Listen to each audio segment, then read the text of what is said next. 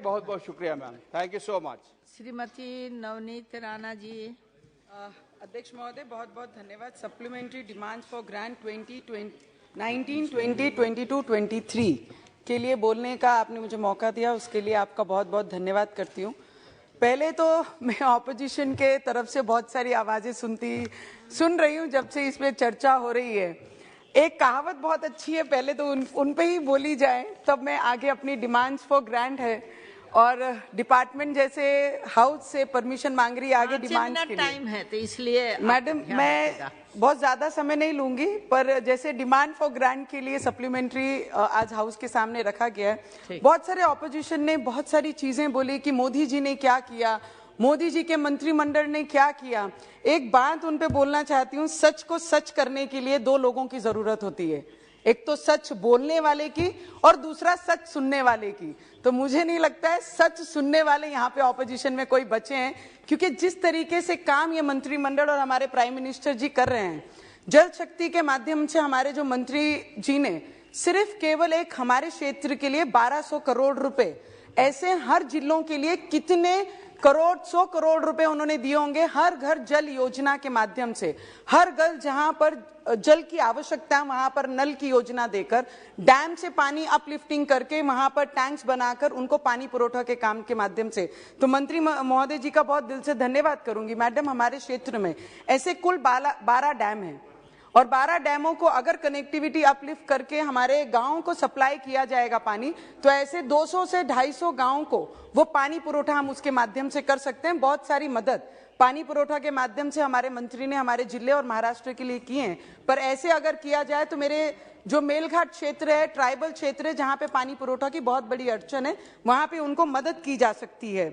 और हमारा शिम्बोरा डैम है जो अमृत 2 फेज 2 में आएगा मैडम, वहां पे 30 साल पुरानी पाइपलाइन है जो हर बार हर हफ्ते में हर 15 दिन में टूट जाती है। तो उसकी पाइपलाइन का अगर काम हमने किया और अमृत फेज 2 में 750 करोड़ का हमने स्टेट गवर्नमेंट से फॉरवर्ड किया है सेंट्रल गवर्नमेंट को, अगर जल्द से जल्द वो मदद हमारे डिस्ट्रिक्ट को हुई तो हमारे शहरी विभाग में जितने लोग रहते हैं करीबन उनको इसकी मदद बहुत बड़े पैमाने में होगी।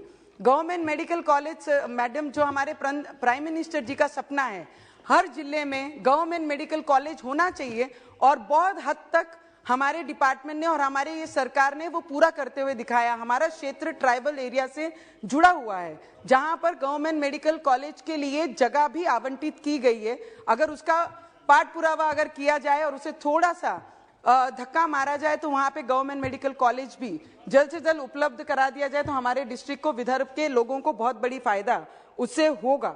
इरविन हॉस्पिटल है वो अभी 300 बेडेड का है, पर जहां पे डिवीजन हमारा हेडक्वार्टर है, हमारा डिस्ट्रिक्ट, वहां पे अगर 750 से 1000 बेडेड किया जाए तो गरीब लोगों को जो वहां पे जाके अपना इलाज कराते हैं उनके लिए भी बहुत मदद होगी। मैडम, सभी लोगों ने, ऑपोजिशन ने कहा, महाराष्ट्र के मेरे कुछ कलीग ने अभी बात करते हुए कहा कि क्या किया, टैक्स में क्या किया, जीएसटी में क्या किया, डॉलर्स में क्या किया। अरे परसों ही 11 तारीख को मोदी जी ने विदर्भ, जो सबसे निग्लेक्टेड एरिया माना जाता था, उनके गवर्नमेंट में, उनके शासन में पिछले दिनों में 4 दिन पहले मोदी जी, प्राइम मिनिस्टर जी वहां पे आके कई 100 करोड़ों का समृद्धि महामार्ग, बाला साहेब ठाकरे महामार्ग बनाने का उद्घाटन किया गया, एम्स का उद्घाटन किया, वंदे भारत का उद्घाटन किया, मेट्रो का उद्घाटन किया। ये ऑपोजिशन के लोग क्यों भूलते हैं कि अच्छी चीजों को भी ये सभागृह को अवगत कराना चाहिए कि ये राज्य में किस तरीके से सरकार काम कर रही है। पर वो सब चीजें ना बात करते हुए ऑपोजिशन करना है, बोलते हैं ना, कई लोग मार्केट में जाते हैं अमरूद खरीदने के लिए तो पूछते हैं भैया मीठा है ना, और घर पे लाने के बाद उसमें नमक छिड़क के खाते हैं। वो हालत हो गई हमारी ऑपोजिशन की, आज वो परिस्थिति में वो खड़े हैं, मीठा पूछने के बाद नमक लगा के खाते हैं। Madam, finance minister ji is here, Karad साहब इज हियर। हमारे रेलवे डिपार्टमेंट से भी मेरी कुछ डिमांड रहेंगी। हम लोग हैं एमपी मेंबर ऑफ पार्लियामेंट से, घर में जब हम रिप्रेजेंट करते हैं बहुत सारी अपेक्षा भी हमारे लोग हमारे से करते हैं। तो ब्रिटिश कालीन स्टेशन हैं हमारे, मैंने बहुत बार उसकी डिमांड्स भी ये हाउस में रखी हैं। अगर उसके ब्यूटिफिकेशन के लिए कुछ चीजें, अगर फंड हमें उपलब्ध किया जाए तो हमारे क्षेत्र के उस भाग के लोगों को और आने जाने वाले लोगों को बहुत सारी सुविधाएं होंगी।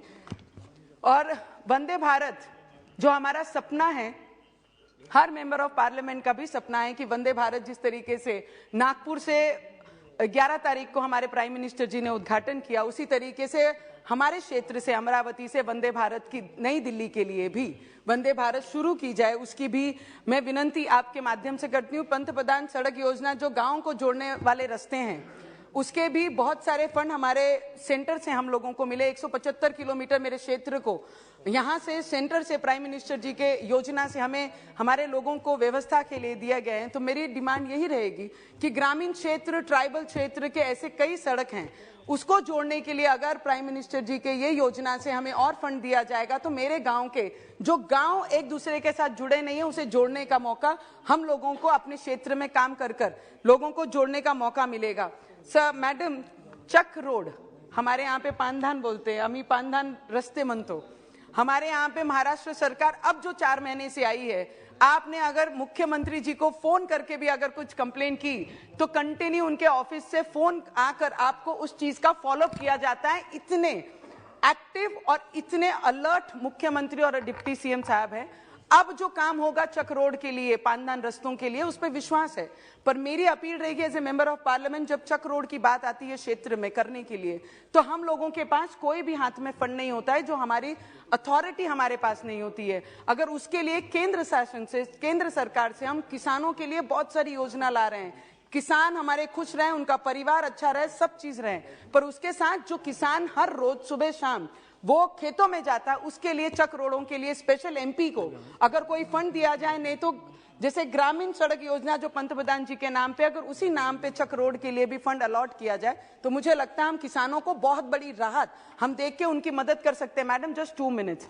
आवास योजना, हमारे पंतप्रधान आवास योजना के जो बहुत सारे प्रॉब्लम्स है, पिछली बार 2.5 साल अलग सरकार राज्य में थी तो बहुत सारी समस्या हमारे आवास योजना के माध्यम से लोगों को हुए, लोगों ने अपना छत खोल के रख दिया पर उनके पास रहने की जगह नहीं, क्योंकि फंड ही अलॉट आया ही नहीं था। तो मैं विनंती करूंगी, और जो नए नंबर्स लेना बंद कर दिया है आवास योजना के, वो लेना शुरू किया जाए तो मुझे लगता है हमारा जो सपना है मैडम, वो 2024 तक वो आवास योजना को आगे बढ़ाना चाहिए, जिसके माध्यम से बहुत सारी मदद हमारे क्षेत्र के और महाराष्ट्र के लोगों को होंगी। मैडम इतना ही बोलना है बस। आई जस्ट टेल जस्ट एक लाइन फाइनेंस मिनिस्टर को, हमारे स्टेट के भी मिनिस्टर और हमारी मैडम आप जिस तरीके से काम कर रही हैं, हम लोगों को प्रेरणा देने वाली काम कर रहे हैं। ये सभागृह को, हर एमपी को एक ऊर्जा देने का काम कर रहे हैं। जो भी फाइनेंस आप लेके आ रहे हैं, जो भी काम कर रहे हैं, मुझे लगता है हम सबके लिए बहुत ज्यादा ऊर्जादायक रहेगा। Thank you so much. Thank you madam.